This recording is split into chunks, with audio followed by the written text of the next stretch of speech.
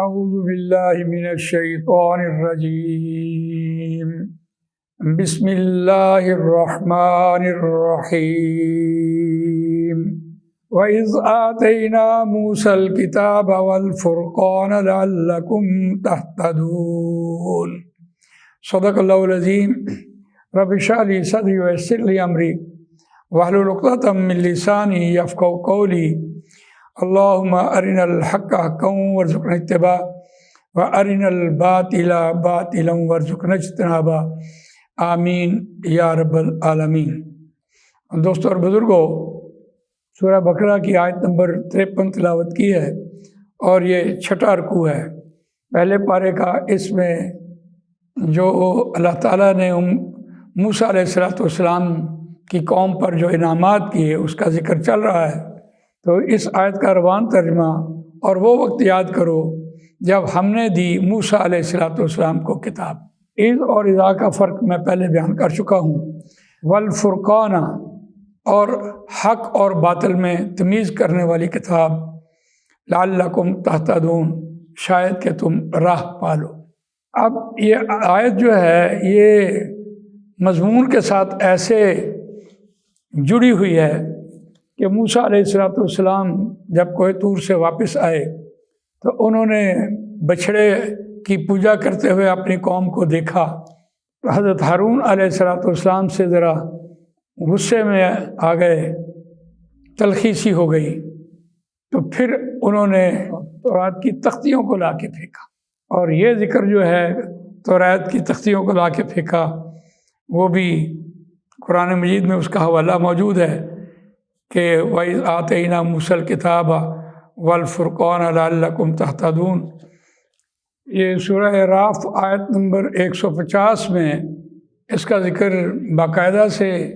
موجود ہے کہ حضرت موسیٰ علیہ السلام جب کوہ طور سے واپس آئے تو انہوں نے جو تورات پھر لا کے قوم کے سامنے اور حضرت ہارون علیہ السلام کے سامنے پھینکی ہے۔ تو فلما رجع موسیٰ الی قومی غضبان اسفا قال بئس ما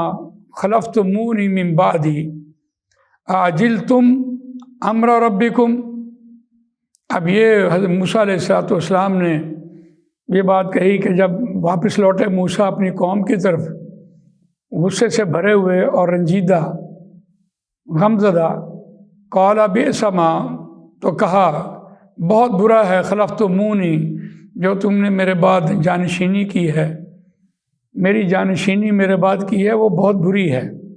یعنی اپنے فرض کو ادا نہیں کیا۔ اعجلتم امر ربکم، کیا تم نے جلدی کی اپنے پروردگار کے حکم کی، اتنا بھی انتظار تم نے نہ کیا۔ وَأَلْقَى الْأَلْوَاحَ وَأَخَذَ بِرَأْسِ أَخِيهِ يَجُرُّهُ إِلَيْهِ وَأَلْقَى الْأَلْوَاحَ، اور ڈالا تختیوں کو اور پکڑا اپنے بھائی کے سر سے، اس کے بالوں سے، اور يَجُرُّهُ، اور اسے کھینچنے لگے اپنی طرف، اور ساتھ کہا قَالَ ابْنَ أُمَّ إِنَّ الْقَوْمَ اسْتَضْعَفُونِي وَكَادُوا يَقْتُلُونَنِي۔ اب حضرت ہارون علیہ السلام نے کہا اے میرے ماں جائے، ان القوم استضعفونی، بے شک میری قوم نے مجھے کمزور سمجھا، وقادوا یقتلوننی، اور قریب تھا کہ وہ مجھے قتل کر دیتے، اور نہ تو خوش کر فلا تشمت بی الاعداء، اور نہ تو خوش کر میرے دشمنوں کو اس عمل سے، ولا تجعلنی مع القوم الظالمین، اور نہ تو مجھے ڈال ظالم قوم کے ساتھ، یعنی قوم نے اگر ظلم کیا ہے تو میرا اس میں کوئی عمل دخل نہیں ہے، مجھے اس قوم کے ساتھ نہ شامل کر۔ قال رب اغفر لی ولی اخی، اور اس نے کہا اے میرے پروردگار بخش دے مجھے اور میرے بھائی کو، وادخلنا،